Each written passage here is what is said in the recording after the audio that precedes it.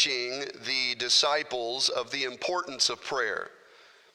We know by Luke chapter 11, which I'm going to ask you to turn there and hold your spot here in Matthew, but we know by Luke chapter 11 that these verses that we read in our text actually came about as a result of a request by one of the disciples. So if you'll turn to Luke chapter number 11, you'll see the disciples in a conversation with the Lord, and beginning in verse number 1. It says, "It came to pass that as he was praying in a certain place, when he ceased, one of his disciples said unto him, Lord, teach us to pray, as John also taught his disciples. And he said unto them, When ye pray, say, Our Father which art in heaven," and he gives this example of a prayer. And so the disciples were making requests, Lord, teach us to pray. We want to know how to pray. But the request was not teach us how to pray, it was teach us to pray. I mean, I think we would all agree, one of the struggles in the Christian life is not that we know how to pray, but rather that we don't pray even though we know how. And so the request was, teach us to pray. And so he gives them this in the Luke chapter 11. He goes all the way down, and he says in verse number 9, "And I say unto you, ask, it shall be given you. Seek, and ye shall find." He's encouraging prayer. I want you to be people who pray. Ask me, seek me, knock, it shall be open unto you. All of this is a response to the desire to know to pray and how to pray and when to pray. Everything about prayer that they wanted to know about.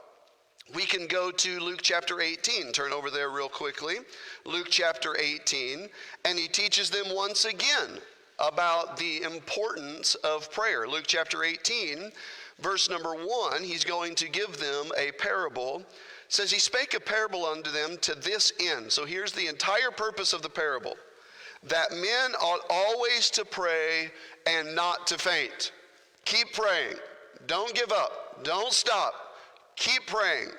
Request the things that you need to request. Thank him for the things you want to thank him for, but don't stop praying. Keep on. And he goes on to say, if you read a few verses here, saying in verse 2, there was in a city a judge which feared not God, neither regarded men, and there was a widow in that city. She came unto him, saying, Avenge me of mine adversary.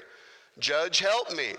Judge, help me. This is her request. Verse 4, and he would not for a while. Anybody ever feel like your prayer life is that way? And he would not for a while. So he's giving this real life example. It says, but afterward he said within himself, though I fear not God nor regard man, yet because this widow troubleth me, I will avenge her, lest by her continual coming she weary me. And the Lord said, hear what the unjust judge saith. And shall not God avenge his own elect?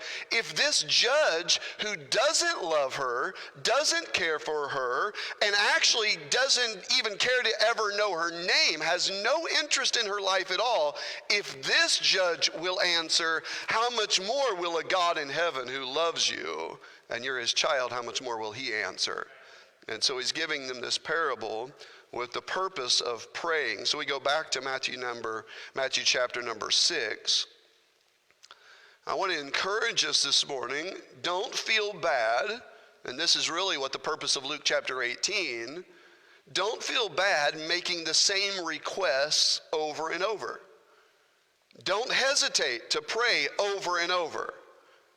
Don't hesitate to mention the same situations to God. The example or the instruction that we're given in this is not that we don't ever mention the same thing to God more than once, but rather he encourages them, don't get caught in these repeat prayers. Not that we can't repeat a need, because in Luke chapter 18, the need was the same. Avenge me of mine enemies. Avenge me of mine enemies. Help me in my situation. There are those who are after me, and I need help. And so he very clearly lets us know the problem is not requesting the same thing or coming to God with the same problem or situation or desire, but rather getting caught in this routine of just repeating prayers. And we're going to see that here.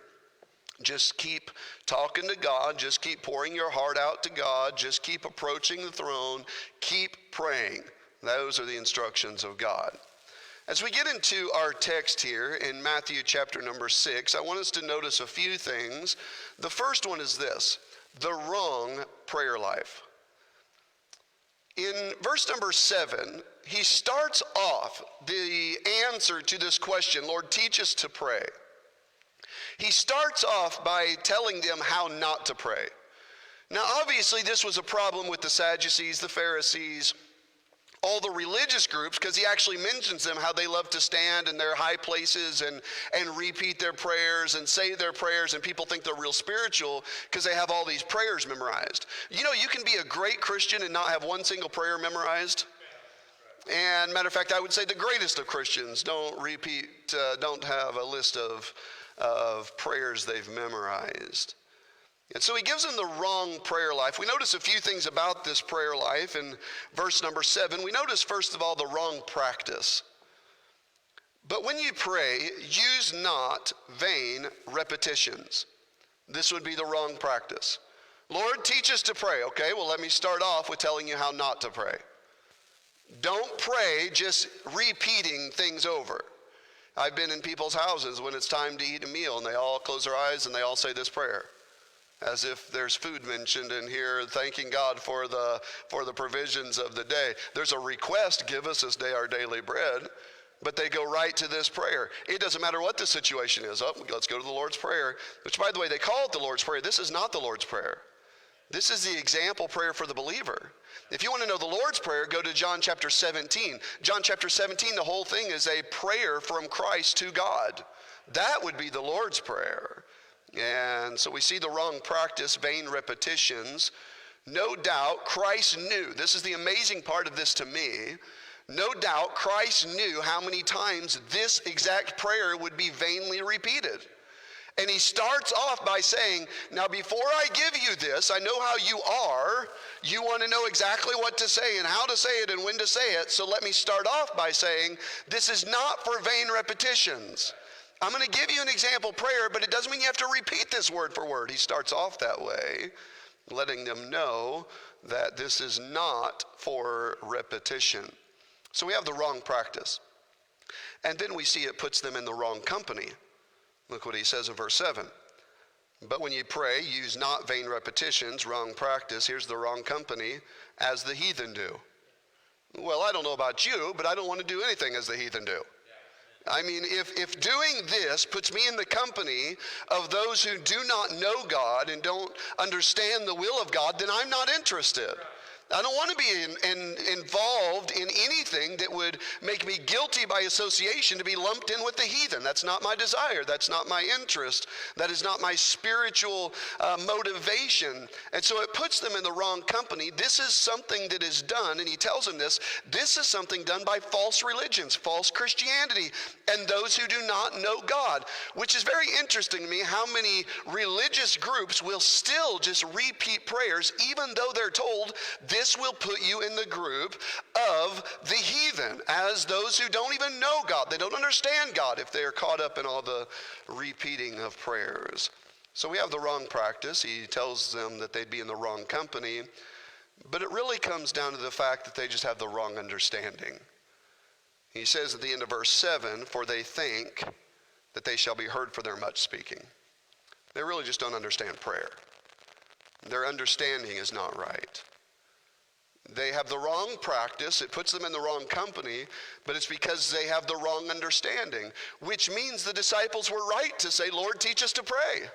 We want the right understanding. We want to know how we are supposed to pray and how we approach the throne of God. I mean, here we are wanting to, and they know that they have Christ with them right now. They even reference John here, but little did they know how much they would rely on prayer once Christ is ascended into heaven. And so prayer certainly would have become very important to them, and it should be very important to us. But they had the wrong understanding. You see, there are those who think that there is something mystical about just repeating prayers, just saying the same thing over and over. There's one religious leader of the Christian movement. I'm going to quote him a little bit here. I don't do this often, but I think it will show us how people view prayer even religious people. He said this, repeating a prayer can take you to a new place of concentration, trust, and conviction. What he's saying is there's something that's kind of like a trance that just makes you feel good. Well, prayer is not a trance. Never meant to be. But here's what he's saying. He's saying there's just something mystical about it. It gives you it takes you to a new place of concentration, trust, and conviction. He said this, among my most frequent prayers is the Kyrie, or also called Kyrie eleison. Lord, have mercy. Christ, have mercy. Lord, have mercy.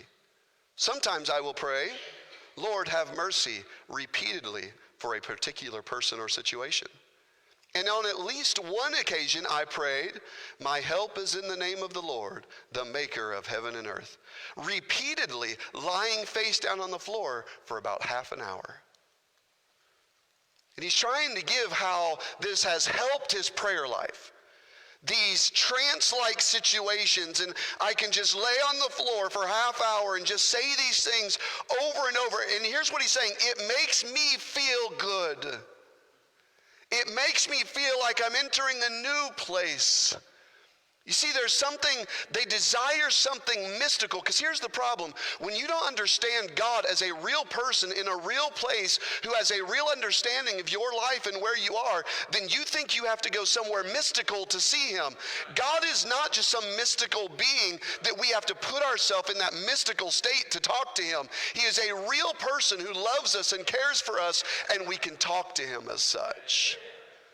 And so he continues and says this, I also pray the Lord's Prayer, Our Father which art in heaven, at least once a day, sometimes more. My evening prayers often include other set prayers. For example, I have prayed the general confession, Lord God Almighty, I confess that I have sinned against you. And another, Lord, now you let your servant go in peace, hundreds of times. And he followed that by saying this, some people might frown upon such prayers, particularly in light of Jesus' words in Matthew chapter 6-7. Yeah, that's the way it works. If you do something contrary to the Bible, people seem to frown upon it. But then he said this, the difference between vain repetitions and let's call them good refrains in prayer has little, if anything, to do with how often a word or phrase is spoken. So when God said vain repetitions, he didn't mean repeating. He didn't mean repetitions. I mean, using the same words over and over, that has nothing to do with it. So what happens is they fall in love with this trance feeling or this new place feeling, and they love it so much and it makes them feel so fresh. It's almost like a Christian yoga. Let's just get in our little prayer trance. I just feel so fresh and so neat and so clean and so wonderful. The problem is they don't have the right understanding of prayer. And he tells us that they think that they shall be heard because of this, and they're not. Which I think we would all agree, this is more sad than anything else. People who repeat prayers are looking for something magical instead of just a pure conversation with their Creator. Is that not what prayer really is? Just a pure conversation with the one who loved us, the one who saved us, the one who created us. After giving the wrong prayer life, Christ then goes into an example of what personal time in prayer might look like. We notice a few things. I'm going to go through these as quickly as possible here. We notice in verse 9 and 10 that we see the prayer starts off with a display of love, a love for God and his will. A display of love for God and God's will. Which, by the way, if you don't have a love for God, prayer is going to be difficult. If you don't have a desire for God's will to be done, prayer is going to be extremely difficult. And so he starts off here in this opening portion we're going to call of the prayer. We see four things that are recognized. So he gives this opening portion, and he recognizes, first of all, his position, our Father. He then gives his place, which art in heaven. He gives his preeminence, hallowed be thy name. And then he gives his purpose, thy kingdom come, thy will be done. So right here in the introduction, he gives these four things: his position, his place, his preeminence, and his purpose. Now, before you get too carried away in this does not mean that every time we pray, we have to recognize that he's our Father, that he's in heaven, and we don't have to recognize these things every time, but I think rather he's letting him know, make sure you know who you are praying to. Make sure you know who you are speaking to. He did not give this opening because we must open every prayer this way: our Father which art in heaven, hallowed be thy name, thy kingdom come, thy will be done, and so on. He says that this is not the purpose of this opening, but perhaps it is a reminder of who we are approaching when we pray. Our Father which art in heaven, hallowed be thy name. You see, if you lose sight of that when you pray, you can lose sight of the fact, you can lose rather the humility of prayer. If you lose sight of that when you pray, you lose sight of the gratitude that God in heaven would listen to you every time you pray. And thank God it's just a conversation. But Brother Tim, prayer is not just a conversation to the air. Well, I closed my eyes and I bowed my head and I said some things. Wonderful. Who are you talking to? A great illustration of this, my dad, I think he had only been preaching about a year and only been saved a couple years. And he was preaching for a guy in Illinois, and the pastor and dad went in the office, and the pastor asked dad to pray. Well, dad was a young preacher, and this is his own testimony, and praying in front of a preacher, he's never preached for him before. He said he caught himself really trying to impress this preacher as he prayed. Well, he heard some footsteps and heard the door close. Preacher walked out while he was praying. And so dad stopped, and the preacher, this was an older guy, he opened the door, he said, "That's what I thought. Who are you praying to?" Whoa, there's a tough lesson early in life. Who are you praying to? We have to be real careful. Men, when we gather on Sunday nights and we pray, we got to be real careful. We're not praying just so everybody else can hear us pray. It doesn't matter if there's 30 people up here or if you're alone at home. You are praying to your Father which art in heaven. And he deserves the preeminence. Hallowed be thy name, and I want your will to be done. Thy kingdom come, thy will be done on earth as it is in heaven. So I don't think this is necessarily I know it's not for vain repetition, but rather he's setting the mindset for prayer. He goes on, the prayer begins with this display of a love and love for God and for his will. But then we notice also in verse number 11, there's a request for provision. Verse 11, he says, "Give us this day our daily bread." So you could say this is where the praying starts.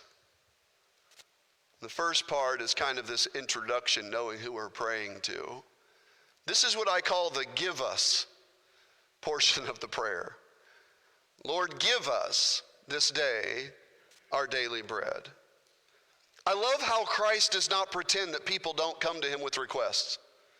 Matter of fact, he starts off by recognizing when you pray, you're going to say, give us, give me, help me, allow me, provide for me, whatever the case may be. He knows that your prayer is going to include personal request. What does he say? You have not because you ask not. Who else are you going to ask? Of course we come to God with our request. And he says, come and to make your request known, made known unto him. We come to him and we make our request, and he's very aware of that. He knows what we have need of. Look in verse number 8, at the end of the verse. He says, for your Father knoweth what things ye have need of before you ask. But yet he still says, come and ask. I already know what you need, but I want to hear from you. I want you to approach me. I want you to make this request. Christ is fully aware that prayer includes give us. I understand, I've heard a lot of challenges. Have you ever prayed and not asked God for anything? I understand what people are saying on that, but there's nothing biblical that says we have to do that. Matter of fact, he makes it very clear. I know you're going to ask. That's what I am here for. I am here to be your provider, and so ask me. But with this in mind, I want to point out a few things that might help us with this portion of our prayer. I want you to notice, first of all, that it is a daily request. Give us this day. Which means if I want something tomorrow, I need to pray again. Give us this day. Implying, of course, the daily routine of prayer. So it's a daily request, but it is also for a daily supply. Give us this day our weekly bread. That's not what he said. But rather, give us this day our daily bread. God, give today what I need for today. Give me the strength for today. Give me the provision for today. Give me what is needed for the today, the wisdom for today, the grace for today. So it's a daily request for a daily supply, but this also tells us that this is with a daily contentment. I know I can ask tomorrow for tomorrow's supply. I am content, notice this, not because I already have enough for tomorrow, but because I have a God who will not leave me tomorrow. So I am content in my prayer life saying, God, give me today what I need today. Well, aren't you worried you don't have what you need tomorrow? Yes, I do. Well, what do you have for tomorrow? I have the God of heaven. And he will supply, he will meet my needs, he will give me exactly what is needed. And tomorrow I will say, give us this day our daily bread. And I will ask him to meet the needs of that day. Give me the strength for today, the patience for today, the compassion for today. Whatever the case may be, give me today what I need for today. And there's a contentment in that. Or rather, there should be a contentment in that. But that's not the way we're trained socially, is it? I'm not happy with just today. I want to know. I want to make sure. I want to know I'm okay tomorrow. I want to know I'm okay after that. You know what God tried to teach the Israelites while they were wandering through the wilderness? God will take care of you today. They went out in the morning, they got manna for the day. They were not allowed to get 2 days worth. You know what God was trying to teach them? I'm never going to leave you. I will meet your needs. I will be faithful. Well, what about tomorrow? We only have enough manna for today. I'll provide tomorrow. Well, what about the day after that? I'll provide tomorrow. You mean we're just supposed to trust God? It's a good start. Now, before anybody reads too far into this, there's certainly nothing wrong with requesting provision for the week, for the month, for the year, for retirement, for vacation time. Certainly nothing wrong with requesting, saying, God, I would like especially different fields of work. Construction, many times we need provision for the winter as well, and different areas of work, teachers and different seasonal jobs. We need provision not just for today, but for that off time. But can I encourage you, we request it, but we trust God that he will meet our needs when our needs need met. And so we rely on him, we trust in him, we find a contentment in him. I have learned in whatsoever state I am, therewith to be content. We see a display of love for God and his will in verse number 9 and 10. We see a request for provision in verse 11. And then in verse 12, we see a desire for a restored relationship with God and others. And forgive us our debts as we forgive our debtors. We saw the give us portion of the prayer. This is what I call the forgive us portion of the prayer. You'll find 3 things in this prayer: give us, forgive us, and lead us. Each one of these. The forgive us portion of the prayer, verse 14 and 15 actually tell us the importance of this. Look what he says at the end of the example prayer. He says, I know you're going to get confused about this forgiveness part, so just let me tell you. Verse 14, for if ye forgive men their trespasses, your heavenly Father will also forgive you. But if ye forgive not men their trespasses, neither will your Father forgive your trespasses. This thing of forgiveness is not just a matter of me seeking forgiveness from God, but God help me to forgive others. And this is so important as he gets into this portion of the prayer, because there are two parts of this area of prayer, and they are hinging on the two greatest commandments. What is the greatest commandment? Love the Lord thy God with all thy heart, soul, and mind. And the second is likened to it. What? Love thy neighbor as thyself. So now when he deals with having a right relationship, he says, God, forgive us and help me to forgive others.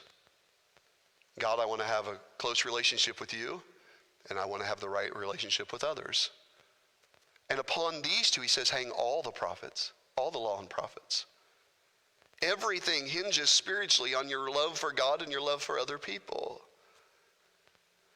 Seeking forgiveness from God, forgive us our debts, and striving to forgive others as we forgive our debtors. Did you know you can forgive people who don't ask for forgiveness? It's actually extremely important to do so.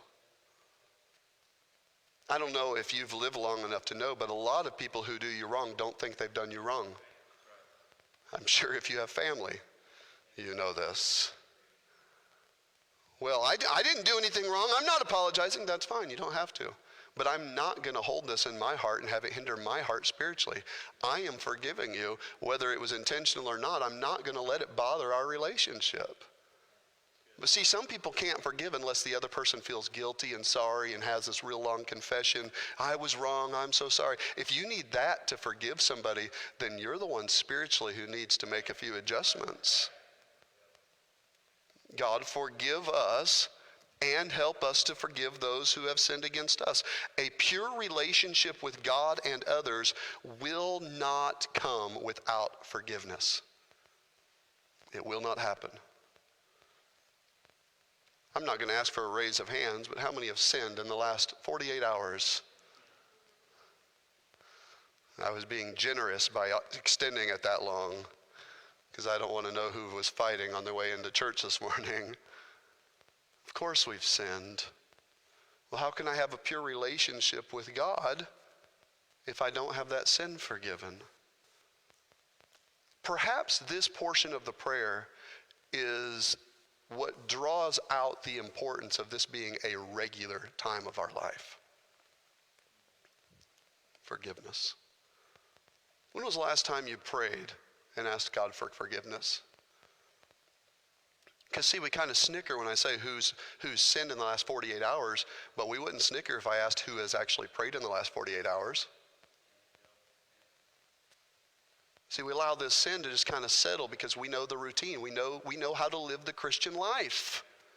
I know what to say. I know what to do. I know how to go about. But yet there is sin between us and God. And he says part of this prayer is making sure that I have a restored relationship and fellowship with God, and it encourages me to have a restored and a refreshed relationship with those that are in my life. Many times we have people in our life that just seem to aggravate us. I'm very blessed as the pastor of this church. Nobody is like that. Everybody here is just perfect and easy to get along with. Sometimes we have that coworker. Sometimes we have that family member. Sometimes we have that person we really can't do anything about except say, God, help me to have a right relationship with them. God, help me. But instead, many times we just want to write them off. Seeking forgiveness from God and striving to forgive others.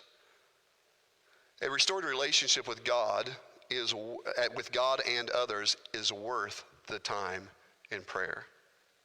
If your prayer is nothing more than asking God to forgive you and helping you to forgive others, that is time well spent. Because when those relationships are right, how much better is our walk with God and our testimony, and our light shines bright, our salt is doing what it ought to do. There's a restored relationship with God and others. And then lastly, we see in verse 13, we call this the lead us portion, a desire to stay right with God and others. You see, we never go to God asking for forgiveness, understanding, hey, now I get to go sin some more so that I can seek forgiveness more. But rather, there's a desire in the heart of the Christian, God, I don't want to keep coming back to you asking forgiveness. I don't want to have these struggles. So he tells us in verse number 13, and lead us not into temptation, but deliver us from evil. Lord, keep us from having to come back to you and ask for forgiveness for this same thing. Protect us, lead us, and we know that God tempts no man. He tells us that. But rather he's saying, Lord, you lead. I will trust you. I will follow you. And I'm asking you to lead me where I am not tempted to sin and I'm not tempted to be at odds with other people. But lead my path so that I am tempted simply to love you and to follow you and obey you. And he makes this request because he has a desire to stay right, not just to get right with God and others, but to stay there. Stay right with God, lead us not into temptation. Deliver us from evil. Lord, I don't want to have these interactions with others that dishonor your name. I don't want to find myself in bad relationship with others. We don't want to be wrong with God. We don't want to be wrong with others. Deliver us. Well, what is the purpose of this part of the prayer? Well, he tells us at the end of the verse 13. For thine is the kingdom and the power and the glory forever. Amen. In other words, it's all about God's will being done. God, this is all about your will. Remember how we started the prayer? Thy will be done on earth as it is in heaven.